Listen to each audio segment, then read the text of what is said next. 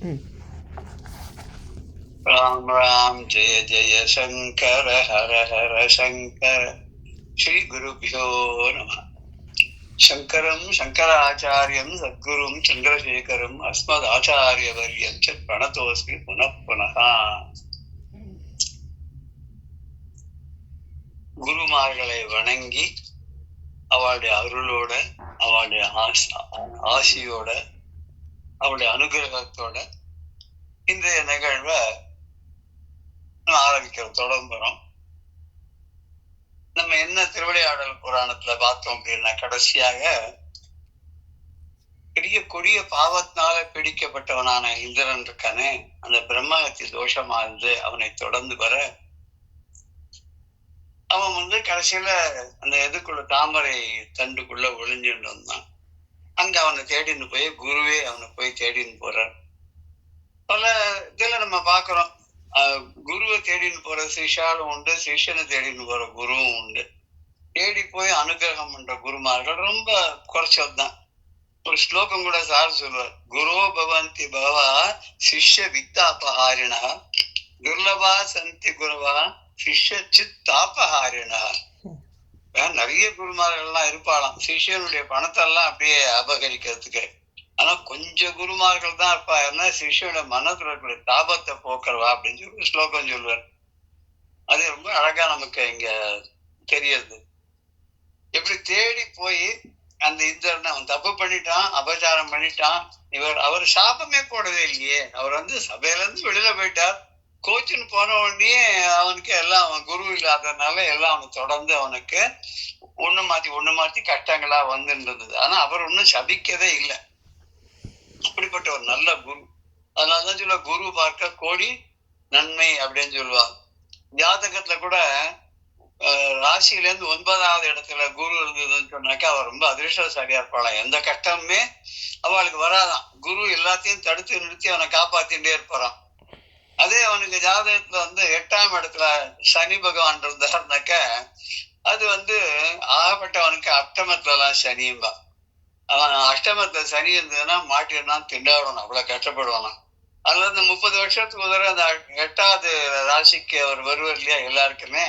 அவ அந்த 2.5 வருஷத்துக்கு படுற கஷ்டம் சொல்லி முடியாது. அந்த 7.5 சனி, அப்புறம் அர்த்தாஷ்டம சனி, அப்புறம் சனி தசை, இது எல்லாத்தையும் விட இந்த அஷ்டம சனிங்கிறது பாடாப்பாடு படிச்சு எடுத்துருவான். பைத்தியம் பிடிச்சு துணி கிழிச்சுன்னு ரோட்ல போற அளவு கொண்டு விட்டுடுவான் அப்படின்னு சொல்லுவார். அதே சமயத்துல குருவனுடைய பார்வை நமக்கு இருந்துருத்தோம்னா, குருவுடைய அனுகிரகமும் நமக்கு இருந்துருத்தோன்னு சொன்னா எந்த விதமான கஷ்டங்களும் நம்ம அணுகாது அப்படின்னு. இங்க இந்திரன் குரல் கேட்கறது கூப்பிடுறாரு, இந்திராவா வெளியில வா அப்படின்னு கூப்பிட்டோன்னு ரொம்ப சந்தோஷமா வெளியில பாக்குறான். தன்னுடைய ஆச்சாரியரான வியாழ பகவான் பிரகஸ்பதியானவர் நின்று இருக்கார்.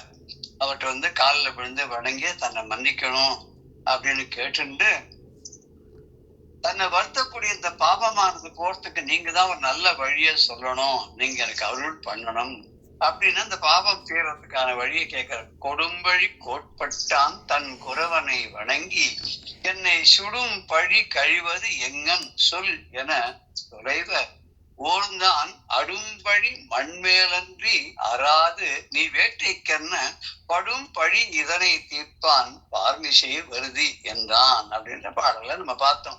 குரு யோசனை பண்றார், உனக்கு என்ன மாதிரியான ஒரு பரிகாரத்தை சொல்லலாம் அப்படின்னு சொல்லிட்டு. குரு கிட்ட தானே போய் பரிகாரம் கேட்க முடியும். ஏதோ ஒரு தப்பு தண்டா நடத்துனா குரு கிட்ட தான் போய் சிஷ்யாளால ஓப்பனா எல்லா ரகசியம் சொல்ல முடியும். குரு கிட்ட எல்லா ரகசியத்தையும் சொன்னா அவர் நம்முடைய பாவங்களை எல்லாம் மன்னித்து விடுவார். இந்த வைஷ்ணவ சம்பிரதாயத்துல கூட ஒண்ணு உண்டு. குரு கிட்ட போயிட்டு, குருன்னு ஆச்சாரியன், ஆண்டவன் சுவாமிகள், ஜீகர் சுவாமிகள், இந்த மாதிரி எத்தனையோ ஜீரர்கள் எல்லாம் இருக்கா இல்லையா, அவ கிட்ட போயிட்டு தன்னுடைய செஞ்ச தவறுகள் எல்லாம் சொல்லி மன்னிப்பு கேட்டு, இனிமே அந்த மாதிரி தவறுகள் எல்லாம் நடக்காது, நடக்கும்படியா நான் நடந்துக்க மாட்டேன், நீங்க எனக்கு ஆசீர்வாதம் பண்ணுங்க, அனுகிரகம் பண்ணுங்க, உங்களுடைய ஆசையை அனுகிரகம் இருந்ததுன்னா எனக்கு முக்தி கிடைக்கும், வைகுண்ட பிராப்தி கிடைக்கும்னு அவ சொல்லி, அது ஒரு நம்பிக்கை. குரு உடனே அவளுடைய பாரத்தெல்லாம் இறக்கி வச்ச பரநியாசம் அப்படின்னு சொல்லி அந்த ஒரு காரியத்தை கூட பேர் சொல்வா. அப்புறம் அவ வந்து 2 கையிலயும் சங்கு சக்கரம் முத்திரை வேற சுட சுட அதை பண்ணி காய்ச்சி அதை முத்திரை போட்டுடுவா. அந்த முத்திரையை போட்டப்புறம் என்னன்னா அதுக்கப்புறம் எந்த தப்பும் பண்ணக்கூடாது. அப்புறம் வருஷா வருஷம் முத்திரை போட்டுக்கலாம்னு தப்பு பண்ணிட்டு இருக்க கூடாது. இந்த தப்பு பண்ணாத அதுக்கப்புறம் நல்லா நேர்மையா நடந்தா ஏற்கனவே பண்ண பாபங்களை எல்லாம் குரு வந்து ஏத்துண்டு அதெல்லாம் வந்து அதுக்கு அவர் என்ன பண்ணுமோ ஜப தபங்கள் பண்ணி அந்த பாவத்தை எல்லாம் குறைச்சு நமக்கு ஒரு முக்தியை கொடுக்கக்கூடிய வழியை அவர் சொல்வார் அப்படிங்கிறத நம்ம பாக்குறோம். ஆனா இவர் வந்து யோஜனை பண்றார். யோஜனை பண்ணி என்ன சொல்ல போறார் அப்படின்னா, நீ என்ன பண்ற, எந்த பாவம் பண்ணாலும் அதனுடைய பலாபலன்களை நல்லதோ தீயதோ பலாபலன்களை அனுபவிக்கணும்னா பூலோகத்துல தான் முடியும், இந்த கர்ம பூமியில தான் முடியும். இந்திர லோகத்துல சொர்க்க லோகத்துல மேல இருக்கக்கூடிய லோகங்கள் எல்லாம் எதுவும் இதெல்லாம் நடக்கிறதுக்கு காரியமே இல்லை, சாத்தியம் இல்லை. அதனால என்ன பண்ற, வேட்டையாடுதல் அப்படிங்கிற ஒரு வியாஜத்தை வச்சுன்னு பூலோகத்துக்கு நீ வா, நானும் அங்க வரேன். அங்க போய் நம்ம இதை எப்படி தீர்க்கறதுக்கு வழின்னு பார்க்கலாம்ன்றது வழிய சொல்றேன். இதுல நல்ல குருமார்களும் இருந்திருக்கா, அதே ஒரு மாதிரி ஒரு கெட்ட எண்ணத்தோட இருக்கிற குருமார்களையும் நம்ம பார்த்திருக்கோம். இப்ப நல்ல குருன்னு வரும்போது வசிஷ்டர் ராமனுக்கு அப்படி வந்து ஆசையோட எல்லாம் சொல்லி கொடுக்கிறார், யோக வாசிட்டம்லாம் நடத்திருக்கார் அவர். அதே மாதிரி கர்க முனிவர் கிருஷ்ணனுக்கு பேர் வைக்கும் போதே சொல்றார், இவன் பெரிய ஆளா வரப்போறான், இவன் பேச்ச எல்லாரும் கேட்பா, இவன் தெய்வீகமானவன், இவன் எல்லாரையும் வழி நடத்தக்கூடியவன், இவன் வந்து எல்லாரையும் காப்பாற்றக்கூடியவன் அப்படி சொல்றார் இவர். அது மாதிரி வியாசர், வேத வியாசர், அப்புறம் அப்பள நேரராக இருக்கார். அப்பப்போ வந்து நல்லது கெட்டதெல்லாம் சொல்லி இப்ப இப்படி நடக்க போறதுன்றதெல்லாம் சொல்லி நல்ல அறிவுரைகள்லாம் சொல்லி அதெல்லாம் கேட்கல, துரியோதனாதிகள்லாம் கேட்கல, அதுக்கு என்ன பண்ண முடியும்? அப்படி நல்ல குருமார்களும் இருந்திருக்கா. அதே துர்வாசர் மாதிரி போனா மூக்குக்கு மேல கோபம், டக்குன்னு ஒரு சாபத்தை போட்டு யோஜனையே பண்ணாத, அப்படித்தானே பண்ணார் அவர். இங்க கிருஷ்ண பகவான் இருக்காருன்னு தெரிஞ்சுட்டு அங்க போயிட்டு திரௌபதிட்ட போய் நான் கொஞ்ச நேரம் சாப்பிட வரேன் அப்படின்னு சொல்லிட்டு போனார். போயிட்டு வேணும்னா மெதுவா போனாராம், மந்தம் ஜகாமன், அவர் மெதுவா ஸ்லோவா போனாராம் அவர். அதுக்குள்ளே அப்பதான் கிருஷ்ணர் வந்துட்டு அதை தெரிஞ்சுட்டு திரௌபதிட்ட வந்து எனக்கு பசிக்கிறது சாப்பாடு தான் தான் கொடுங்க. அவ ஒண்ணுமே இல்லை, இப்பதான் பாத்திரத்தை கழுவி கவுத்தி வச்சானா, இல்ல இல்ல அதை கொண்டா பாக்கலான்னு பார்த்தா அதுக்குள்ளதான் ஒரு சின்ன கீரை துண்டு ஒட்டின்னு இருந்துதான். ஒரு வாதியா அந்த கதையை சொல்லிட்டு பையனை கேட்டாராம், இதுல இருந்து உனக்கு என்ன தெரியுது, அந்த காலத்திலேயே 10 பாத்திரம் ஒழுங்கா தேய்க்க மாட்டான்னு தெரியுதுன்னாலும். அது மாதிரி அந்த பாத்திரத்துல துளியோடு கீரை ஒட்டிட்டு இருந்தது. அந்த கீரை எடுத்து சாப்பிட்ட உடனே அண்ட சராச்சரங்கள் எல்லாத்துக்கும் பசி அடங்கி போயிடுத்து. யமுனையில குளிச்சுட்டு இருந்தாரு அந்த துர்வாசருக்கும் அவரோட கூட வந்த 10,000 பேருக்கும் அப்படியே ஃபுல்லா இன்னும் பெரிய ஃபீஸ்ட் சாப்பிட்ட மாதிரி ஆயிடுத்து. வயிறு ரொம்ப போயிடுத்து. ஐயோ இப்படி போனாக்க நம்ம வந்து தர்மபுத்தருடைய விருந்தை நம்ம எப்படி சாப்பிட முடியும், நம்ம வேணாம் அந்த கரைக்கு போய் அப்படியே போயிடுவோம்னு கிளம்பி போயிட்டாராம். இல்லைன்னா என்ன பண்ணிட்டு இங்க வந்து ஏதாவது கிருஷ்ணன் வராத இருந்திருந்தான்னா திரௌபதிக்கு ஏதாவது சாபத்தை கொடுத்துட்டு போயிருப்பார். சுக்கராச்சாரியார் அவர் என்னன்னா அசுரர்களுக்கு, கெட்டவர்களுக்கு, தீயவையே செய்யக்கூடியவர்களுக்கு குருவா இருந்திருக்கார். இப்ப துரோணர் கிருபாச்சாரியார் மாத்திரம் அத்தனை அயோக்கியனா இருக்கக்கூடிய அந்த துரியோதனன், அவனுடைய சகோதரர்கள், மனசுல வஞ்சகத்தையே வச்சுட்டு இருக்கக்கூடிய திருதராஷ்டிரன், இவளுக்கு தானே வரனா குருவா இருந்திருக்கார். பீஷ்மர் கூட ஒரு இதுல சொல்லணும்னா அத்தனை மூத்தவரா இருந்து கூட அவர் ஏதோ ஒரு சபதத்தை எடுத்துட்டு அந்த சபதத்தை காப்பாற்றணுன்றதுக்காக அந்த துரியோதனை தட்டி கேட்கலாம் இல்லையா, இந்த திருதராஷ்டிரனை தட்டி கேட்கலாம் இல்லையா, எத்தனையோ பண்ணிருக்கலாம். சபையில நடந்த அந்த அவமானத்தை தடுத்து நிறுத்திருக்கலாம், இல்ல அதுக்கு தர்ம நியாயப்படி வழி சொல்லிருக்கலாம், இல்ல விட்டுட்டு போகணும். எல்லாரும் கிளம்பி போயிருந்தா அந்த துரியோதனை பண்ணிட்டுப்பா வெறும் கர்ணனை வச்சுண்டு ஏதோ கதை, அது நமக்கு அதுல ஏதோ ஒரு நமக்கு நல்லதை சொல்றதுக்காக சொல்லியிருக்கா அப்படின்னு நம்ம எடுத்துக்கணும், பாடம் சொல்லித்தரான்னு எடுத்துக்க வேண்டியதுதான். அது மாதிரி சிஷ்யா மாத்திரம் நம்ம எப்படி அப்படின்னு கேட்டாக்கா, நல்ல சிஷ்யா இருந்து அர்ஜுனன் மாதிரி அப்படி ரொம்ப ஸ்ரத்தையோட கத்துண்டு குருவுக்கு ரொம்ப வேண்டியவனா ஆப்தமா புத்திரவத்து இருந்து அவன் வந்து எல்லாத்தையும் கத்துனான். ஏகலைவியன் சொல்லி தர மாட்டேன், ராஜகுமாரர்களுக்கு தான் சொல்லி தருவேன் துரோணர் சொன்னா கூட அவனை பண்ண அவரை மாதிரி ஒரு பிரதிமையை பண்ணி வச்சு ரொம்ப ஸ்ரத்தையோட எல்லாத்தையும் கத்துன்னு அர்ஜுனனோட பெரிய ஆளா வந்துடுவான் போல இருந்தது அவன். அப்படி சரி. அதே ராமன் கிருஷ்ணன், இவனும் வந்து ராமனும் கிருஷ்ணனும் அவதாரம், அவளுக்கு எல்லாமே தெரியும். எல்லாம் தெரிஞ்சா கூட ஒண்ணுமே தெரியாத மாதிரி ராமர் வசிஷ்டர்கிட்டையும் கிருஷ்ணன் வந்து சாந்தி பனி முனிவர்கிட்டையும் அவ பாடம் கத்துக்கிற 64 கலைகளையும் 64 நாள்ல கிருஷ்ண பகவான் கத்துண்டார். அப்படின்னு கத்துண்டார்னு அவருக்கு ஏற்கனவே எல்லாம் தெரியும், தெரிஞ்சது சும்மா ரெஃப்ரெஷ் பண்ணிட்டார், இவருக்கு ஒரு பெருமையை கொடுப்போமே அப்படின்னு சொல்லிட்டு. பட் பேட் சிஷ்யால இருந்திருக்கா கர்ணன், அவன் என்ன பண்ணான், இவர்கிட்ட போனான் எந்த மகரிஷி? அவர் பரசுராமர். பரசுராமர் பொய் வேஷம் போட்டு அந்தனர் மாதிரி வேஷம் போட்டு, ஏன்னா அவர் அவருக்கு விவாதம்லாம் பிடிக்காது, சத்திரியால பிடிக்காது இல்லையா? அதனால சத்திரியனா போய் கேட்டானா பாடம் சொல்லி தர மாட்டார் அவர். அதுக்காக அவர்கிட்ட போய் எல்லாத்தையும் கத்துக்கிறதுக்காக வேஷம் போட்டு போனான். அவன் வேஷம் கலைஞ்ச உடனே என்ன ஆச்சு? ஒரு சாபம் போட்டார் உடனே. உனக்கு சரியான சமயத்துல நீ எனக்கு நல்ல பணிவிடெல்லாம் பண்ணிதான் கத்துண்டாலும் நீ ஒரு உண்மையை மறைச்சேன்றதுனால உனக்கு எப்ப தேவையோ அந்த சமயத்துல இருந்து அஸ்திர சத்திரங்கள் இதெல்லாம் மறந்து போயிட்டுன்னு சாபம் கொடுத்துட்டார். அதனாலதான் அர்ஜுனுக்கு எதிர்த்து பானம் போடும்போது உனக்கு மந்திரம் எதுவுமே ஞாபகத்துக்கே வரல அப்படின்னு சொல்லுவார். துரியோதனன் அழகா துரோணர்கிட்ட அத்தனையும் கத்துண்டு ஒரு கிருபாச்சாரியார் மாதிரி குருவெல்லாம் அமைஞ்சு கூட அவன் என்ன பண்ணான்? எல்லாம் கெட்டதையே பண்ணிட்டு இருந்தான். எது நினைச்சாலும் அவனுக்கு ஆரம்பத்துல பிறந்ததுல இருந்து கடைசி வரைக்கும் நல்ல எண்ணமே அவனுக்கு இருக்கவே இல்லை இல்லையா?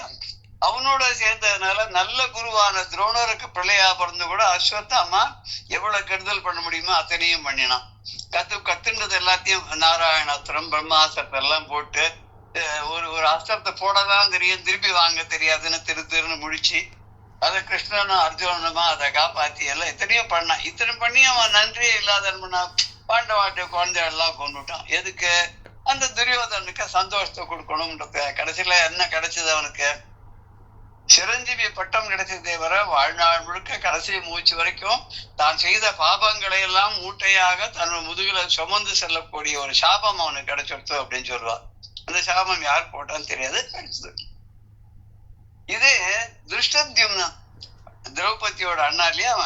அவன் அந்த யாகா குண்டத்துல இருந்து வந்தவன் தானே. அவனும் என்ன பண்றான்? துரோணாச்சாரியாட்டே போய் பாடம் கத்துன்னு வந்துட்டு கடைசியில அவருக்கே விட்டுட்டு போயிடுறான் இல்லையா? இது துரோகம் தானே. இப்படி நிறைய நம்ம கதைகள் எல்லாம் பாக்குறோம். ஆனா சாதாரணமா பாக்குறச்சு குரு எப்படி இருக்கணும் அப்படின்றது சரி, சிஷ்யா எப்படி இருக்கணும் அப்படின்றத பத்தியும் நமக்கு நிறைய ஆச்சாரியர்கள்லாம் நிறைய நமக்கு சொல்லி கொடுத்துருக்காங்க. முதல்ல சிஷ்யன்கிறவனுக்கு ஒரு பணிவு இருக்கணும், ஒரு பக்தி இருக்கணும், ஒரு ஸ்ரத்த இருக்கணும், எல்லாத்தையும் கேட்டுக்க கூடிய ஒரு இன்ட்ரெஸ்ட் இருக்கணும். அதனால தனக்கு தெரிஞ்சது எல்லாத்தையுமே அது பெரிய பிரகஸ்பதி நினைச்சுக்கப்படாது. வாத்தியார் சொல்லி கொடுக்கும் போது அதை கேட்டுக்கணும். வாத்தியார் சொல்லி கொடுக்கறதுல ஏதாவது சந்தேகம் இருந்துச்சுன்னா அதை நல்ல முறையில அவர் அணுகி அவரோட ஒரு மரியாதையோட அவர்கிட்ட கேட்கணுமே தவிர, இதுல கூட ஒரு சிஷியனை அப்பா என்ன பண்ணாருன்னா, ஒருத்தர்கிட்ட போய் பாடம் படிச்சுட்டு வா, எனக்கு இவ்வளவு தாண்டா தெரியும், இதுக்கு மேல போய் அந்த ராஜா கிட்ட கத்துட்டு வாங்க. இது அங்க போயிட்டு ஒரு 2 மாசத்துல திரும்பி வந்துட்டான். ஏன்னா திரும்பி வந்துட்டே எல்லாம் கத்துண்டியாருன்னா அவன் என்ன சொன்னா, அவருக்கு ஒண்ணுமே தெரியலன்னா. அவரே என்ன கேட்கிறார் எல்லா கேள்வியும், அவருக்கே ஒண்ணுமே தெரியலன்னா. அது மாதிரி அவர் கேட்கறான்னு இவனுக்கு தெரியுதான்னு பார்த்தாரு, வேற இவனுக்கு தெரியல. அப்புறம் அப்பா என்ன பண்ணார், வா நம்ம 2 பேருமா போய் கத்துக்கலாவா அப்படின்னு சொல்லி பிள்ளைய கூட்டின்னு போய் கேட்டான்னு ஒரு கதை கூட இருக்கு இல்லையா? எதுல வருது? தெரியலையே, சாந்தோக்கியத்துல வருதுன்னு நினைக்கிறேன். அப்படிப்பட்ட சிஷ்யா இருக்கா. அதே இன்னொரு சிஷ்யர் இந்த சத்யகாமன்ற கதை ஒண்ணு நான் கேட்டிருக்கேன், தான் சொல்லியிருக்காரு.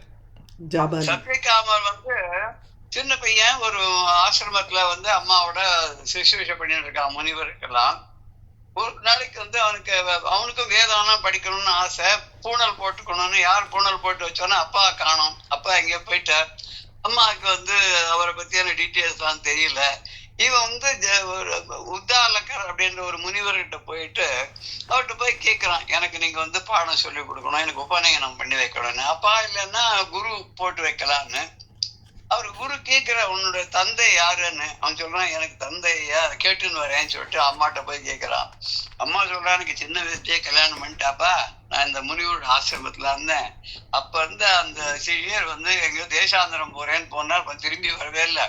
அவர் என்ன கோத்திரம் எது அதெல்லாம் எனக்கு ஞாபகமே இல்லை, நீ போய் குருவிட சொல்லுற. இவன் போய் சொன்ன உடனே குரு ரொம்ப அந்த உத்தாலக்கருக்கு ரொம்ப சந்தோஷம் வந்துடுது.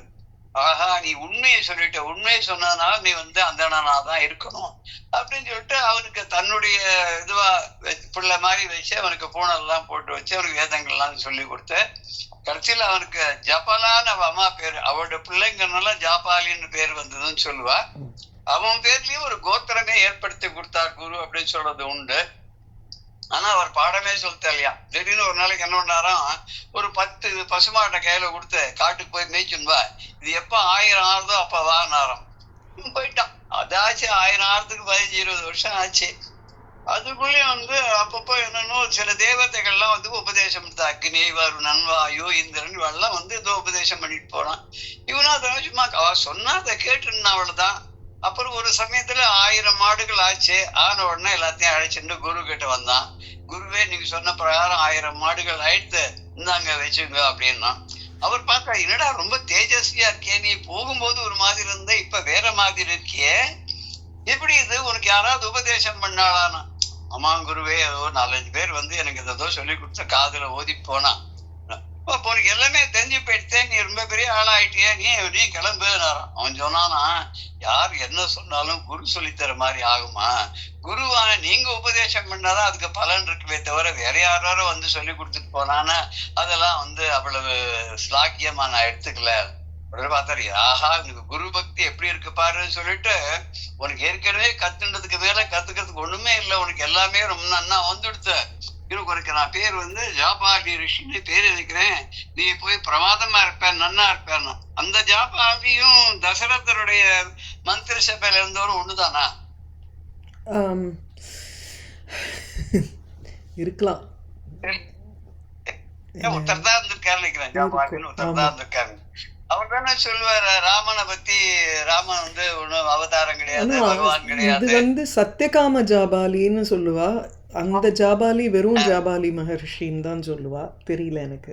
ஓ, அப்ப 2 பேரும் வேற வேற வேறையா இருக்கலாமோன்னு நினைக்கிறேன்.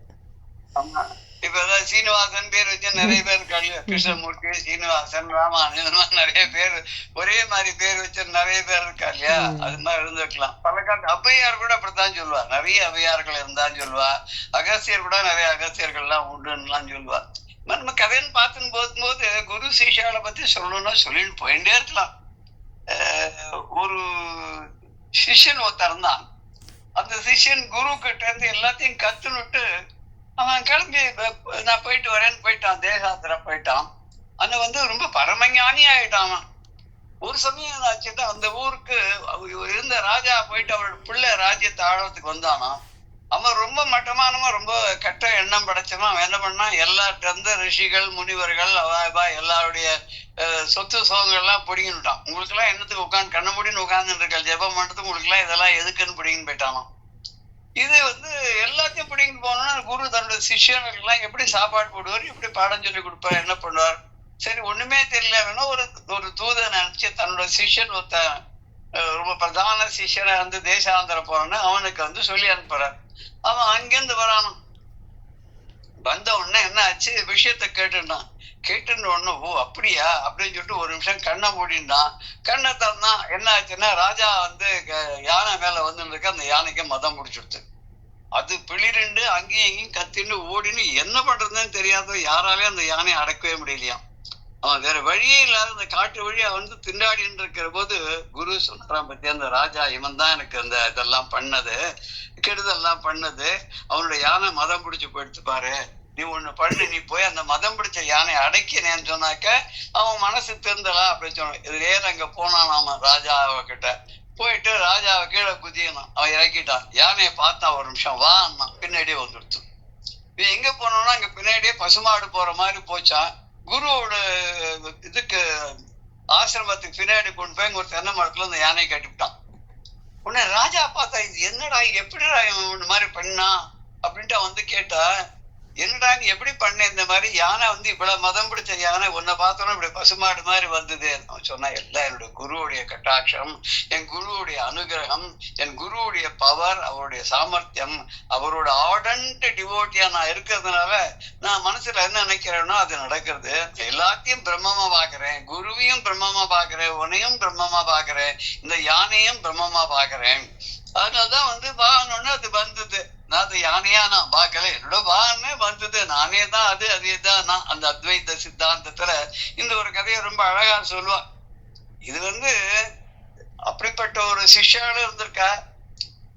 குரு எப்படி இருக்கக்கூடாதுன்றது கூட ஒரு இது உண்டு. ஏன்னா குரு வந்து பற்றற்றவராக இருக்கணும், ஆசைகள் எல்லாம் வளர்த்துக்க கூடாது. சிஷ்யாளுக்கு ஒரு குரு மாடலா இருக்கணும், எப்படி இருக்கணும் பிற்காலத்தை தன்னுடைய சிஷ்யனும் அது மாதிரி இந்த குரு நடந்து காமிக்கணும் அப்படின்வா. அதை விட்டுட்டு அவர் வந்து பழசெல்லாமே நினைச்சிருந்து வெளி உலகத்தை பாக்குறதுக்கு ஒரு சன்னியாசி மாதிரி இருந்துட்டு உள்ளுக்குள்ள பல ஆசைகளை வச்சுட்டு அதையே நினைச்சுட்டு அப்படி இருந்தாருன்னா சீஷர்லாம் எப்படி இருப்பா? அது மாதிரிதான் இருப்பா இல்லையா? ஒரு ஒரு குரு ஒருத்தர் என்ன பண்ணா, இன்னைக்கு கொஞ்சம் நிறையவே டைவர்ட் ஆயிருக்கு. அந்த குரு இங்க கர்நாடகால இருந்து போல் இருக்கு. அங்கிருந்து ஏதோ ஒரு காரணத்துக்காக அவர் தமிழ்நாட்டு பக்கம் போயிட்டார். தெற்கு கொடியில போயிட்டார். போயிட்டு அங்க ஒரு ஆசிரமத்தை அமைச்சிருந்து சன்னியாச ஆசிரமத்தை ஸ்வீகரணம் பண்ணிட்டு அங்க அங்க நிறைய சிக்ஷா எல்லாம் அவர் சேர்ந்துட்டா. அவர் எல்லாருக்கும் பாடெல்லாம் சொல்லி கொடுத்து நல்லா இதுவா இருந்துட்டு இருக்கார். ரொம்ப யங்ஸ்டர் அவர் அப்பப்போ ஏனும் ஆயித்தோன்னு சொல்லிட்டு இருப்பாராம். சிஷ்யாவெல்லாம் பார்த்தா அதுல ஒரே ஒரு சிஷ்யன் கன்னட ஊர்ல இருந்து வந்தவனா. அவனுக்கு இது புரிஞ்சுடுத்து. ஏனும் ஆயித்தோ அப்படின்னாக்க என்ன ஆச்சோ அவர் சொல்றாருன்னு. உடனே அவன் யோசனை பண்ணான், இந்த குருக்கு ஏதோ உள் மனசுக்குள்ள ஒரு ப்ராப்ளம் இருக்கு. அதனாலதான் அப்பப்ப என்ன ஆச்சோன்னு விசாரப்பட்டு இருக்காரு. நம்ம இதை கண்டுபிடிக்கணும் அப்படின்னு சொல்லிட்டு என்ன பண்ணா, இவர் பூர்வோத்தரத்தெல்லாம் அப்படி ஒரு மாதிரி ஆராய்ஞ்சு பார்த்தான். இவர் கர்நாடக தேசத்துல இருந்து வந்தவர்னு தெரிஞ்சுது. சரி, கொஞ்ச நாளைக்கு லீவ் போட்டுட்டு அவன் போயிட்டான். ஒரு ஊரா ஒரு இடமா போய் பார்த்துட்டே வந்தா ஒரு இடத்துக்கு போனான், ஒரு கிராமத்துக்கு போனான். அங்க இடத்துல விசாரிச்ச போது அங்க ஒரு அந்தான பெண்மணி, கன்னடத்துக்கார பெண்மணி இருந்திருக்கா. அவளுக்கு ஒரு 4-5 மாசத்துக்கு ஒரு குழந்தை ஒண்ணு இருக்கு, ஒரு பிள்ளை குழந்தை ஒண்ணு பிறந்திருக்கு. அங்க போய் அவட்ட போய் அந்த அம்மாவை பார்த்து பேசினாக்க அப்பதான் அவனுக்கு விஷயம் தெரியுது. என்னன்னா, அந்த அம்மாவுடைய ஹஸ்பண்ட் அவ பிரெக்னெண்டா இருக்கும்போது அவளை விட்டுட்டு போயிட்டாரு. ஏதோ ஒரு காரணத்தினால, விரக்தியோ என்ன காரணமோ தெரியல, போயிட்டார்.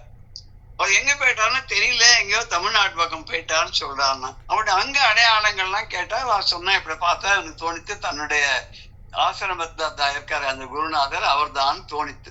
உடனே என்ன பண்ணா, நீங்க ஒண்ணு பண்ணுங்க, என்னோட அந்த குழந்தை அழைச்சின்னு வாங்கன்னு அவர் அழைச்சின்னு போயிட்டான். அழைச்சின்னு நேரம் தன்னுடைய அந்த குரு ஆசிரமத்துக்கே போனான். அவளை வெளியில நிறுத்தி வச்சுட்டு இவன் மாத்திரம் உள்ள போனான்.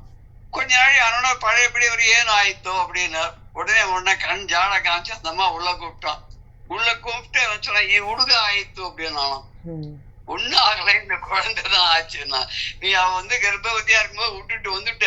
அப்படி விட்டுட்டு வந்தது உன் மனசு ஒன்னும் உறுத்திண்டே உட்கார்ந்துட்டு இருக்கு. அதனாலதான் என்ன ஆச்சோன்னு கேட்டுட்டு இருக்க. ஒன்னும் ஆகலை, இந்த குழந்தையாதான் ஆச்சு, வேற ஒண்ணும் இல்லை.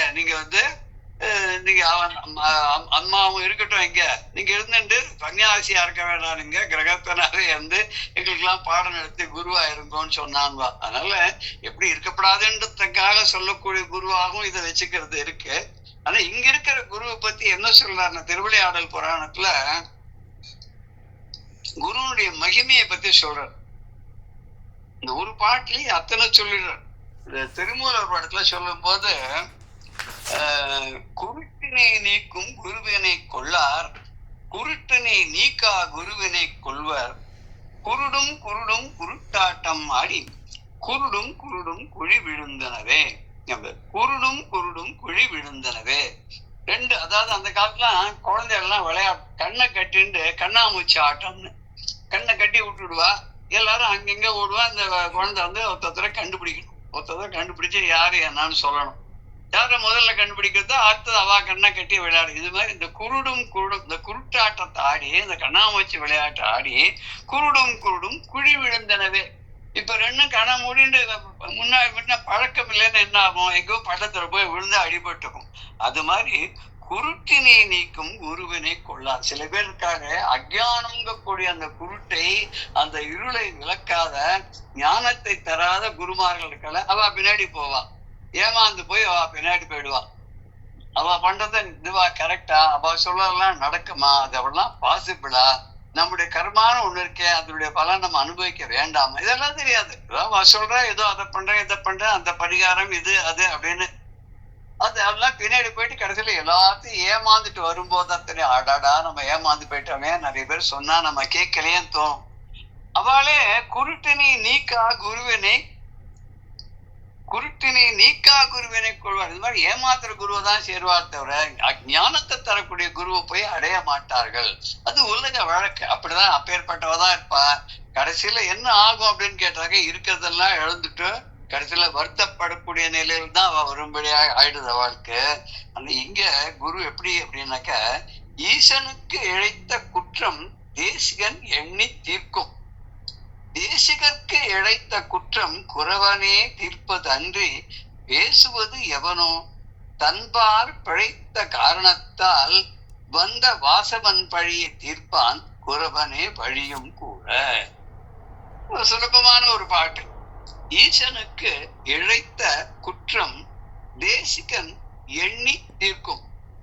தேசிகருக்கு இழைத்த குற்றம் குறவனே தீர்ப்பது அன்றி பேசுவது எவனோ தன்பார் பிழைத்த காரணத்தால் வந்த வாசவன் பழியை தீர்ப்பான் குறவனே வழியும் கூற. இப்போ ஈசனுக்கு அப்படின்னாக்க கடவுளுக்கு, கடவுள்னா எந்த கடவுளாவனாலும் வச்சுக்கலாம். இங்க பரமேஸ்வரன், ஈசன் சொன்னா சாதாரணமா பரமேஸ்வரன் அப்படின்னு தான் அர்த்தம். இந்த சிவபெருமானுக்கிட்ட அபச்சாரம் பண்ண, அவர்கிட்ட ஒரு குற்றத்தை செய்தவர்கள், அவர்கிட்ட பழிபாபத்தை செய்தவர்கள், அவர்களுக்கு அதுக்கு நீக்கத்துக்கு ஒரு வழி வேணும்னா யாருக்கிட்ட போகணும் அப்படின்னு சொன்னாக்க குரு கிட்ட தான் போகணும். நான் இந்த மாதிரி பகவான்கிட்ட இப்படி அபச்சாரப்பட்டுட்டேன், நீங்க தான் எனக்கு ஏதாவது ஒரு இது இந்த பாபத்துல இருந்து வெளியில வர்றதுக்கு, இந்த குற்றத்துல இருந்து அவர்கிட்ட மன்னிப்பு நீங்க தான் வாங்கி கொடுக்கணும் அப்படின்னு சொன்னா குரு என்ன பண்ணுவாருன்னா ஏதோ ஒரு இது பண்ணி சிஷியனுடைய பாபத்தை தீர்த்து பகவான்கிட்ட பேசி, அவன் ஏதோ தெரியாத பண்ணிட்டான், எனக்காக அவனை மன்னிச்சிருங்கோ அப்படின்னு சொல்லி அழகா அவனுடைய பாபத்தை எல்லாம் தீர்த்து வைப்பார். அது தேசிகருக்கு இழைத்த குற்றம். தேசிகன்னா குரு, ஆசிரியர். ஆசிரியருக்கு இழைத்த குற்றம் இருக்க, அந்த குற்றத்தை குறவனே தீர்ப்பதன்றி, குறவன்னா குரு, அந்த குரு தான் தீர்க்க முடியும். எப்படி ஈசனுக்கு செய்த குற்றத்தை தேசிகன் எண்ணி தீர்க்கும். தேசிகன் ஆசிரியர் அதை எண்ணி அதை மனதில் வச்சுக்கொண்டு அதுக்கு என்ன சொல்யூஷன் கண்டுபிடிச்சு தீர்ப்பார். பட் ஆசிரியருக்கே ஒருத்தன் தப்பு பண்ணிட்டான்னா, அவர்கிட்டயே அபச்சாரம் பண்ணிட்டான்னா யார தீர்க்கணும்? அதுதான் இங்க வருது. பிரகஸ்பதி கிட்ட அபச்சாரப்பட்ட இந்திரனுக்கு பிரகஸ்பதியே தான் அந்த பாவத்தை மன்னிக்கணும் இல்லையா? அதனால குறவனே தீர்ப்பது அன்றி, அந்த ஆசிரியர் தான் அதை தீர்க்கணுமே தவிர வேறு யாராலையும் தீர்க்க முடியாது. அது இல்லாம பேசுவது எவனோ, இது வேற யாரு பண்ண முடியும்? யாரால செய்ய முடியும்?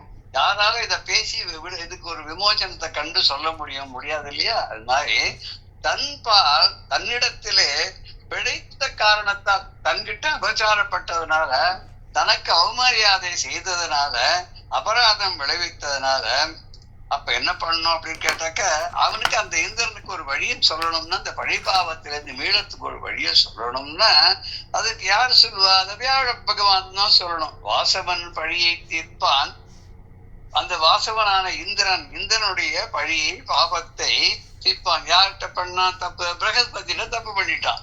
அப்ப யாரு தீர்க்கணும்னா அந்த பிரகஸ்பதி தான் தீர்க்கணும். குறவனே வழியும் கூற. அதனால இந்த வியாழ பகவானே என்ன பண்றாருன்னா யோசனை பண்ணி ஒரு வழி சொல்றேன் உனக்கு, இது கொஞ்சம் வெயிட் பண்ணு.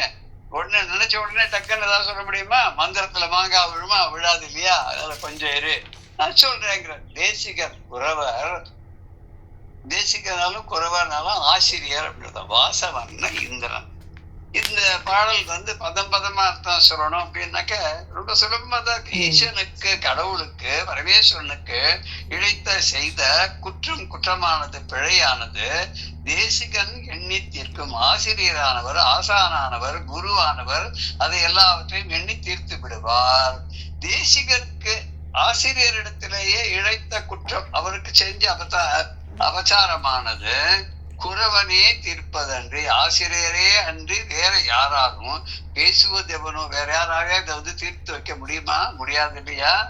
அது மாதிரி தன்பால் தன்னிடத்திலே பிழை செய்த, தவறு இழைத்த காரணத்தால வந்த வாசவன் தன்னிடம் இப்ப அடைக்கலமாக வந்திருக்கக்கூடிய அந்த இந்திரனானவன் தன்னுடைய தவறை உணர்ந்து தன்னை மன்னிக்கும்படியாக வேண்டிக் கொண்டிருக்கக்கூடிய அந்த இந்திரனுக்கு வாசவன் பழியை தீர்ப்பான். அந்த இந்திரனுடைய பழியை யார் தீர்ப்பான்? குறவனே, அந்த ஆசிரியரான வியாழ பகவானே, குரு பகவானே அந்த பழியும் தீர்க்கக்கூடியவராக இருக்கிறார். அதற்கு ஒரு வழியை சொல்றார். எப்படி தீர்க்கிறது அப்படின்றதுக்கு என்ன பரிகாரம்னு குரு சொல்றார்.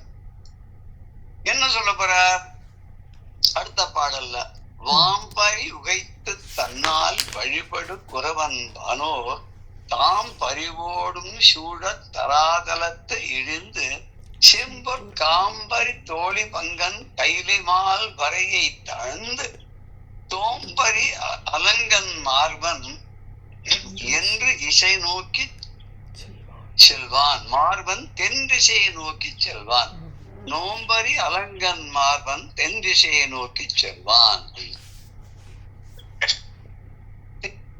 சொட்டக்கூடிய வாசனை பொருந்திய மலர் மாலைகளை எல்லாம் சூட்டி கொண்டிருக்கூடிய அந்த இந்திரனானவன் என்ன பண்றான்? குருவோட சொல்ல கேட்டு அவர் என்ன சொல்றார்? இந்த பூலோகத்துல தான் உன்னுடைய பழியை தீர்ப்பதற்கான ஒரு வழி உண்டு, இங்க சொர்க்கலோகத்தை கிடையாதுன்னு சொன்ன உடனே, நீ அங்க வேட்டையாடும் நிமித்தமாக நீ பூலோகத்துக்கு செல்வாயாக, நாங்களும் அங்க வரோம், உன்னுடைய பாவத்தை அங்க தீர்த்து விடலாம் அப்படின்னு சொன்னதுனால நல்ல மாலைகள் எல்லாம் அணிந்து கொண்டு இப்ப மறுபடியும் இந்திரனாக எல்லாரும் ஒத்துக்கொண்டு விட்டார்கள். குருவும் மன்னிச்சுட்டாரு. இப்ப இந்திரனாவே இறங்கி வரான், பூலோகத்துக்கு வரான்.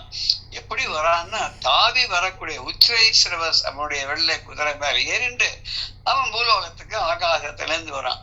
யாரெல்லாம் கூட வர? அவங்க தான் தனியா வரானா? இல்ல, ஒரு புடைசூழ அவன் பெரிய சக்கரவர்த்தி இல்லையா, இந்த லோகத்துக்கே தலைவன் இல்லையா, அவனை தன்னால் வணங்கப்படும் ஆசிரியர் குரு வணங்குறான். குரு இல்லாத ஒண்ணுமே இல்லை. அதனால குருக்கு பண்ண அபச்சாரத்துக்கு தானே இவ்வளவு கஷ்டங்கள்லாம் அவனுக்கு வந்தது.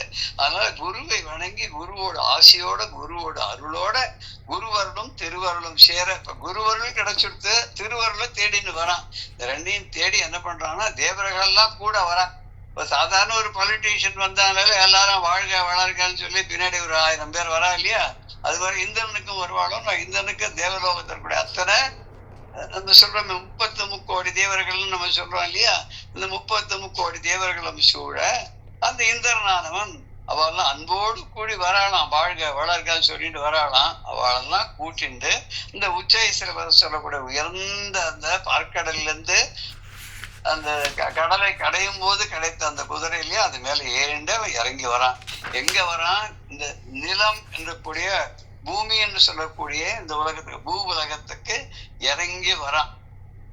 வந்த உடனே முதல்ல என்ன பண்றான் அப்படின்னாக்க, செக்கச்சிவேர்னு பொன் போல தள தள தளதல மின்னக்கூடிய நிறத்தை உடைய உடலை உடையவர் யாரு? அவர்னா பரமேஸ்வரன். முதல்ல இறங்கி வந்தது கைலாசத்தில் தான் இறங்கி வரான். அந்த கைலாசத்துல இறங்கி வரான். அங்க எப்படி இருக்காரு பரமேஸ்வரன்? தள தளதல பொன்மேனியா இருக்கார். அவர் சிவந்த மேனியா இருக்கார். அவர் நெருப்பினுடைய வடிவம் இல்லையா, அதனால எப்படி நெருப்பு சிவப்பும் மஞ்சளுமாக பொன் மாதிரி, பொன் கலந்து உருக்கி விட்ட மாதிரி ஒரு தகதகான்னு அப்படி பளபளபளா இருக்கார். அது மாத்திரம் இல்ல, அவருடைய உடம்புல ஒரு பாதியாக இருக்காளே, அவை எப்படி அப்படின்னா, அந்த பார்வதி தேவியானவள் நல்ல மூங்கில் மாதிரி இருக்கான். அவளுடைய ஒரு தோல் மூங்கில் எப்படி இருக்கும்? மழை மழை மழைன்னு இருக்கும் இல்லையா, அந்த கழுவை விட்டுட்டு பார்த்தா மற்ற பிரதேசம்னா மழை மழை மழை மழைன்னு இருக்கும். அதுவும் நல்ல பழுத்த மூங்கில் ஆனது, அது அவ்வளவு அழகா இருக்கும் அப்படின்னு சொல்லுவா. அந்த மூங்கில போல அந்த தோளை உடையவளாக வேயுரு தோழி பங்கன் அப்படி இல்லையா, வேயுரு தோழி பங்கன்னு, வேய்னா மூங்கில், வேய்குழல், வேய்குழல் அப்படின்னாக்க புல்லாங்குழல் அர்த்தம். வேய்குழல் அந்த வேயுரு தோழி பங்கன், அது போல உள்ள தோளை உடைய அந்த உமாதேவி தன் உடலிலே பங்காக கொண்டிருப்பவன். தேவார்த்த சொல்லி வேயுரு தோழி பங்கன் விடமுண்ட கண்டன், விடமுண்ட கண்டன் முழுக்க தெரியுமா? அது இந்த கோளறு பதிகத்துல படிச்சோமே. வேயுரு தோழி பங்கன் விடமுண்ட கண்டன் விடையோர் தூவெண் மதிசூடி இல்ல காடுடைய சுடலை பொடி பூசியெல்லாம் வரும் இல்லையா, நீங்க வேற உள்ளம் கவர்த்தல் தான் முடியும் நினைக்கிறேன். ஞாயிறு திங்கள் செவ்வாய் புதன் வியாழன் வெள்ளி சனி அவை 4 நல்ல நல்ல வெள்ளி சனி பாம்பு பாம்பிரண்டும் அவை நல்ல நல்ல அடியாரவர்க்கு மிகவே மிகவே சொல்லிட்டு அதுல வரும் இல்லையா. வேயுரு தோழி பங்கன், வேய் குரு அப்படின்னா வேய்னாக்க அதுக்கு மூங்கில் பேரு. இங்க அழகான மூங்கிலை போல இருக்கிற காம்பரி தோழி பங்கன், காம்பரின்றதுக்கும் மூங்கில் தான் சொல்ல போறாரு, அர்த்தம் சொல்ல போறாரு. அந்த மூங்கிலை போன்ற தோலை உடைய வலுவான தோல், அதோட வளவளப்பான தோல், அப்படி பளபளப்பாக பின்னக்கூடிய தோலை உடையது உமாதேவி இருக்காள, அவளை தன்னுடைய உடம்பிலே ஒரு பாகமாக கொண்டிருக்கக்கூடிய அந்த சிவபெருமான் இருக்கான, அந்த சிவபெருமான் இருக்கக்கூடிய அந்த கைலை மலையை வணங்கி முதல்ல வந்த உடனே அங்கதான் கைலாச மலைக்கு வந்து அவரை வணங்கி நமஸ்காரம் பண்ணி அங்கேயே கேட்டுக்கலாம் இல்லையா, அங்கேயே இறங்கி இந்த மாதிரி ஒரு பாபம் ஆயிடுத்து, இதுக்கு நீங்க வந்து ஏதாவது விமோசனம் சொல்லுங்கோ, என்ன மன்னிச்சிருங்கோலாம் கேட்கலாம். குருவுமே சொல்லலாம், சிஷ்யனை நீங்க வந்து மன்னிச்சு காப்பாத்தி அவருடைய பாபம்லாம் தீரத்துக்கு வழியை சொல்லுங்க அப்படின்னு. அழகால விஷத்தையே சாப்பிட்டு உலகத்தை காப்பாத்துறவருக்கு இந்த ஒரு பாபத்தை தீர்க்கிறது வந்து ஒண்ணும் கஷ்டம் இல்லை இல்லையா அப்படின்னு கேட்டுக்கலாம். இல்ல, ஏன் கேட்கல? எந்த ஒரு சொல்யூஷனுமே டக்குன்னு கிடைச்சிருத்தோன்னா அதுக்கு வேல்யூ இருக்காது. எல்லாம் ஒரு கட்டப்பட்டு வந்தாதான் இல்லையா. போனோம் டக்குன்னு கிடைச்சிருத்தோன்னா அந்த நமக்கு அப்படி போனோம், கவுண்டர்ல யாருமே இல்லை, போனோம் டிக்கெட் வேணும்னா உடனே நம்ம கேட்ட மாதிரி சீட்டா டக்குன்னு கிடைச்சிருத்தோன்னா அப்படின்னு தோணி போயிடும். அதே நமக்கு முன்னாடி ஒரு 50 பேர் இருந்துன்னு அம்மா கியூல நின்றுண்டு நம்ம கிட்ட போக போக போக போக நமக்கு முன்னாடி நிக்கிறவா எல்லாரும் அதே ட்ரெயினுக்கு அதே நாளுக்கு டிக்கெட் வாங்குறவாளா இருந்து, அதுவும் நம்ம கிட்ட போனோம்னா கவுண்டரை க்ளோஸ் பண்ணிடுவானோ அப்படின்னு நினைக்கிற சமயத்துக்கு நமக்கு வாங்கதான் இருக்கு, உங்களுக்கு 2 டிக்கெட் தான் இருக்கு அப்படின்னு கொடுத்தாருன்னா எவ்வளவு சந்தோஷம். ஸோ அந்த கஷ்டப்பட்டு சம்பாதிக்கக்கூடிய அந்த பலன் இருக்கு, அந்த நன்மை இருக்கு, அதனுடைய வந்து ஒரு ருசி தனிதான் இல்லையா. அதனால முதல்ல வந்து சிவபெருமான தரிசனம் பண்ணா குரு பகவான் என்ன பண்ணா அழைச்சுன்னு கிளம்பிட்டார். அங்கேயே தீர்த்து வச்சிருக்கலாம் அவர் நினைச்சிருந்தாருன்னா. இல்ல இல்ல, அவ்வளவு சுலபமாலாம் தீர்த்து வைக்கப்படாது. அவன் கொஞ்சம் அதை வந்து இதனுடைய அருமை தெரியணும், கஷ்டப்பட்டு தான் இதை புரிஞ்சுக்கணும் அப்படின்றதுக்காக அவன் அடிச்சுட்டு தென் திசையை நோக்கி போனான் அப்படின்னு இந்த பாடல தெரியுது.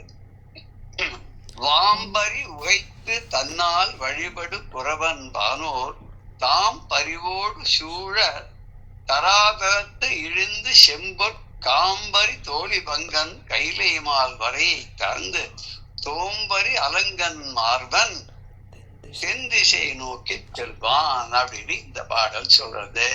இந்த பாடலுக்கு பொதுவான அர்த்தத்தை நம்ம பார்த்தோம்.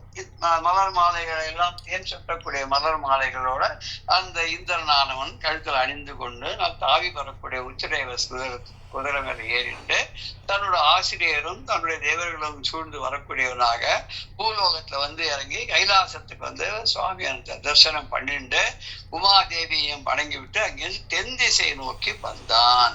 நான் தென் திசையில் தானே திருவிளையாடல்கள் நிறைய புரிந்திருக்காரு பகவான், அங்கதான் சுலபமாக எல்லாருக்கும் அவர் கிடைச்சிருக்கார் அப்படிங்கிறதுனாலையும் அவர் வந்து தென் திசைக்கு வந்தான் அப்படின்னு நம்ம எடுத்துக்கலாம்.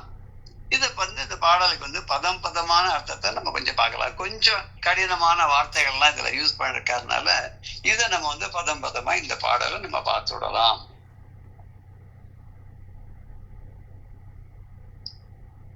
தேம்பரி அலங்கல் மார்பன்.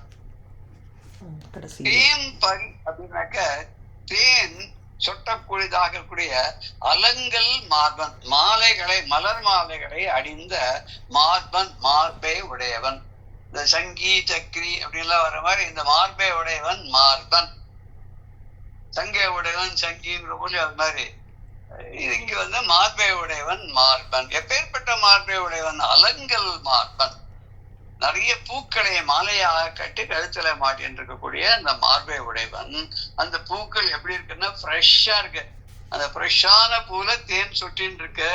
அந்த தேனை சாப்பிட்றதுக்காக வண்டுகள்லாம் வந்து மொய்க்கக்கூடியதாக இருக்கு. அப்படிப்பட்ட அந்த மாலை அணிந்த மார்பை உடைய இந்திரனானவன் வாம் பரி உகைத்து, வாம் பரி அப்படின்னா தாவி தாவி செல்லக்கூடிய அந்த குதிரை, பரின குதிரை, அந்த குதிரையை உகைத்து அப்படின்னா அதை செலுத்தி, உதைத்துன்னு இல்லை உகைத்துன்னு இருக்கு, உகைத்துன்னு அதே அந்த குதிரையை விரட்டி அதை செலுத்தி கொண்டு அதன் மேலே உட்கார்ந்து கொண்டு தன்னால் வழிபடு குறவன், தான் வணங்கக்கூடிய மதிப்புக்கூடிய மதிக்கக்கூடிய துதிக்கக்கூடிய அந்த குருவாக இருக்கக்கூடிய வியாழ பகவானோட சேர்ந்து வானோர் குருவும் கூடவே அவருடைய பரிவாரங்கள் யாரு தேவர்கள் அவர்கள் எல்லாரும் சூழும்படியாக பரிவோடும் சூழ அன்போடு ஆசையோட தன்னுடைய எஜமானான இந்திரன் ரொம்ப நாளைக்கு அப்புறம் திருப்பி வந்திருக்கான். அவனோட சேர்ந்து குருவும் அவனோட சேர்ந்து வந்துட்டு இருக்கார். எல்லாருமே இப்போ ஒரு எக்ஸ்கர்ஷன் போறான், கஷேத்ராடனம் பூலோகத்துக்கு வந்து சிவபெருமானுடைய கஷேத்திரங்கள்லாம் பார்த்து எந்த கஷேத்திரத்துல போனா பாவம் தீரும் அப்படின்னு பார்த்துன்னு கீழே வந்துட்டு இருக்கா. அப்படி தேவர்களோட அன்போடு சூழ்ந்து வரக்கூடியவனாக தராதரத்து இழுந்து இந்த நில உலகத்திலிருந்து ஆகாசத்திலிருந்து இறங்கி பூலோகத்துக்கு வர, இறங்கி எங்க வந்து இறங்குறா அப்படின்னாக்க செம்பொன் காம்பு அலித்தோழி பங்கன் சிவந்த பொன் போல இருக்கக்கூடிய நிறத்தை உடைய மூங்கிலை போல் இருக்கக்கூடிய மூங்கிலுக்கு சமானமாக இருக்கக்கூடிய உமாதேவியை பங்கன் தன் உடம்பிலே ஒரு பாகமாக வைத்துக் கொண்டிருக்கக்கூடிய சிவபெருமானுடைய, எப்படிப்பட்ட சிவபெருமான்? செம்பொன் காம்பு அரித்தோள் பங்கன். செம்பொன்னு செம்மையான தங்கத்தை உருக்கி வார்த்தது போல் இருக்கக்கூடிய சிவபெருமானவன் காம்பு அரித்தோழி பங்கன், மூங்கில் போல் இருக்கக்கூடிய தோலை உடைய அந்த பார்வதி தேவி தன் உடலிலே ஒரு பாகமாக கொண்டிருக்கக்கூடியவன் அந்த சிவபெருமான்.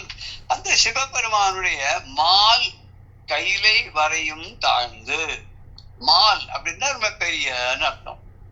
பெரிய நம்ம சின்ன கடை, அப்புறம் ஒரு மார்க்கெட்டு, சூப்பர் மார்க்கெட்டு, அப்புறம் மால் அப்படிங்கிறோமோ. மால்னா அங்க எல்லாம் கிடைக்கும், கிடைக்காதே கிடையாது. ரொம்ப பெரிய கடை, பெரிய சூப்பர் மார்க்கெட்டுக்கு மால்னு பேரு. அது மாதிரி மாலவன்னு திருமாலுக்கு பேரு, திருமால். அவன் தான் பெருமாள், பெரிய மால் அவன் தான். அந்த திருமால் பெருமாளாக்கா இல்லையா அவனுடைய. அது மாதிரி அங்க பெரியன்றதுல மால் சொல்ற மாதிரி இங்க மால் கைலை அப்படின்னு ரொம்ப பெரிய மலையா இருக்கிறதுக்குள்ள உயர்ந்த மலை, இமயமலையில இருக்கக்கூடியது கைலை மலை தான் பெரியது. அந்த கைலை மலையை வணங்கி அங்கேருந்து என்ன பண்ணோம், அங்க ஆச்சு நமஸ்காரம் பண்ணியாச்சு. நம்ம முதல்ல என்ன பண்ணோம், கோயிலுக்குள்ள போறோம், அங்க போறோம், பிள்ளையார் சன்னதிக்கு போறோம். அதுல ஒரு தேசியில குட்டிக்கிறோம், ஒரு சுத்தி வரோம், 2 தோப்பு போறோம். டக்குன்னு அடுத்தது மெயின் இடத்துக்கு வந்துடுறோம். அது ஈஸ்வரன் சன்னதியோ அம்பாளுடைய சன்னதியோ அங்க வந்துடுறோம் நம்ம. அப்புறம் எல்லாத்தையும் முடிச்சுட்டு கடைசியில நவகிரகம், ஆஞ்சநேயர் இதெல்லாம் பார்த்துட்டு நம்ம வெளியே வர மாதிரி முதல்ல கைலாசத்துக்கு வந்தான். அங்கேயே பார்த்துட்டோம், சிவனையும் பார்த்தாச்சு, பார்வதியும் பார்த்தாச்சு, அங்கேயே பிள்ளையார் முருகனையும் பார்த்தாச்சுன்னு எடுத்துக்கணும் நாம. அது குடும்பத்தோட சதாசிவ குடும்பம் இல்லையா, அந்த வசுதேவ குடும்பம்ங்கிற மாதிரி சதாசிவ குடும்பத்தை இவன் பார்த்து தரிசனம் பண்ணிட்டு அடுத்தது குரு லீட் பண்ணும்படியாக இவன் தெற்கு நோக்கி கிளம்பினான். தெற்கு நோக்கி வரும்போது அங்க என்னென்ன பண்றான் அப்படின்னா, எங்கெங்கெல்லாம் போனான்னு சொல்றாரு இந்த பாடல்ல. கங்கை முதல் அளவிறந்த தீர்த்தம் எல்லாம் போய் படிந்து காசி காஞ்சி கனக கேதாரம் முதல் பதிகள் பல பணிந்து அவுணர் கொன்ற பொங்கு பழி விடாது அழுங்கி அரா உண்ண மாசுண்ணு பொலிவு மாழ்கும் திங்கள் அணையான் கடம்ப வனத்து எல்லை அனித்தாக செல்லும் ஏழ்வை அப்படின்னு ஒரு பாடல். கங்கை முதல் அளவு சிறந்த தீர்த்தம் எல்லாம் போய் படிந்து காசி காஞ்சி கனக கேதாரம் முதல் பதிகள் பல பணிந்து அவுணர் கொண்ட பொங்கு பழி விடாது அழுங்கி அரா உண்ண மாசுண்டு பொலிவு மாழ்கும் திங்கள் அணையான் கடம்ப வனத்து எல்லை அனித்தாக செல்லும் எல்லை. அந்த பாடல். இந்த பாடலுக்கு என்ன கருத்து அப்படின்னு சொன்னாக்க, தென் திசையை நோக்கி வந்த அந்த இந்திரனானவன் முதல்ல தீர்த்தங்கள் எல்லாம் எங்கெங்கெல்லாம் தீர்த்தங்கள் இருக்கோ அங்கெல்லாம் புண்ணிய தீர்த்தங்கள்லாம் என்ன, கங்கேச்ச யமுனே செய்வ கோதாவரி சரஸ்வதி நர்மதே சிந்து காவேரி ஜலேஸ்மின் சந்நிதிம் குரு, ஜலேஸ்மின் சந்நிதிம் குருன்னு சொல்றாங்க. அந்த 7 நதிகள், இது தவிர எத்தனையோ நதிகள் கணக்குல வராத புண்ணிய நதிகள்லாம் சொல்றா. கிருஷ்ணா அதெல்லாம் சொல்றா இல்லையா, துங்கபத்ரா கிருஷ்ணா சொல்றா. இந்த பக்கம் தாமிரபரணி எல்லாம் நிறைய இருக்கு. அவன் என்ன பண்றான், அங்கேருந்து வரும்போது வர வழியில எந்தெந்த விதமான புண்ணிய கஷேத்திரங்கள்ல புண்ணிய நதிகள் தீர்த்தங்கள்லாம் இருக்கோ அதெல்லாம் நீராடி, அதுக்கப்புறம் பிரபல கஷேத்திரங்களாகக்கூடிய காசி காஞ்சி, அதுக்கப்புறம் ரொம்ப தங்கமயமாக விளங்கக்கூடிய கேதாரம், இப்படி எல்லா திருத்தலங்களுக்கு எல்லாம் போயிட்டு ஒரு கஷேத்திரானந்தமா போறான். சாதாரண இந்த சபரிமலைக்கு போறவா வெளியில் இருக்கக்கூடிய அத்தனை கோயிலுக்கும் போயிட்டு போவார். 15 நாள் ஒரு இதை எடுத்துட்டு ஒரு காரை வேற வச்சுட்டு கிளம்பிட்டானா. இப்ப இன்னைக்கெல்லாம் ரொம்ப வசதியா போக முடியாது இல்லையா, அங்கங்க போய் ஒரு கிட்டத்தட்ட சபரிமலைக்கு போறதுக்குள்ள ஒரு 100 கஷேத்திரங்களை தரிசனம் பண்ணிட்டு போயிடுவா. அப்படி இவனும் எல்லா திருத்தலங்கள் எல்லாத்துக்கும் சென்று அங்க வணங்கி பொன்மயமான கேதாரம் முதலான திருத்தலங்கள் எல்லாத்திலும் சென்று வணங்கி, அது அப்படியும் அத்தனை பண்ணியும் அத்தனை கஷேத்திரங்களுக்கு போய் வணங்கியும் அத்தனை ஒரு ஆலயங்கள்ல தரிசனம் பண்ணியும் அவனுக்கு அந்த பாவம் போகல. அவனுக்கு தெரியுது பாவம் போகலன்றது தெரியுது. சொல்றா இல்லையா, இது காசிக்கு போனாலும் கர்மம் தொலையலன்னு சொல்லுவா இல்லையா, இது ஒரு பழமொழி. காசிக்கு போய் ஸ்நானம் பண்ணி பரிகாரம் எல்லாம் பண்ணிட்டு வந்தாச்சு, ஆனா கூட இந்த பாவங்கள் எல்லாம் தொலைஞ்ச பாடலைன்னா அதோட எஃபெக்ட் இன்னும் இருந்துட்டே இருக்குன்ற மாதிரி இவனுக்கு தெரியறது. அது எப்படி இருக்கு அப்படின்னு சொன்னாக்க இவனோட பழி விடவே இல்லை. இன்னும் அந்த பழி கூடவே இருக்கிற மாதிரியே அவன் ஃபீல் பண்ணிட்டு இருக்கான். ஏதோ ஒரு வேதனை அவனுக்கு கூட இருந்துட்டு இருக்கு. அவன் எப்படி இருந்தானான்னாக்கா, இந்த பாம்பு கவ்வுவதனால எப்படி சந்திரன் மறைஞ்சு போறானோ அப்படி நிழல் மாதிரி தெரியுமா இல்லையா, இந்த பாம்பு கவ்வுறது அப்படின்னா ஒரு புராண பிரகாரம் அந்த ராகு கேத்துவானவர் கிரகணம் பிடிக்கிறான்னு சொல்றதுனால அது மாதிரி அந்த பாம்பானது உண்ட அது வாய்க்குள்ள போய் அப்படி பின்பக்கத்தை வந்துடுறான் வெளியில. அவன் இந்த சந்திரன் வந்துடுறது இல்லையா, அப்ப அந்த மாசு உண்டு அந்த பாபமானது விடாத காரணத்தால பாம்புனால விளங்கப்பட்டு பொலிவினை இழந்த அந்த படப்படப்பெல்லாம் இல்லாத போன சந்திரனை போல அந்த இந்திரன் ஆனவன் என்ன பண்ணான்னா மெதுவா வந்தான், ஒரு எல்லைக்கு வந்தான். எந்த எல்லைக்கு வந்தான் அப்படின்னா அதை மேல சொல்லப்படுறார். அந்த எல்லைக்கு வந்த உடனே என்ன ஆச்சு அத நம்ம அடுத்த செக்ஷன்ல பாக்குறோம். என்ன ஆச்சு, எந்த எல்லைக்கு வந்தான், அது எப்படிப்பட்ட கேத்திரம், அதோட விசேஷம் என்னங்கிறத அடுத்த செக்ஷன்ல நம்ம விரிவாக பார்க்கறதுக்கு இருக்கோம். அது வரைக்கும் ஜெய ஜெய சங்கர, ஹர ஹர சங்கர், ஸ்ரீ குருப்யோ நம. ராம் ராம்.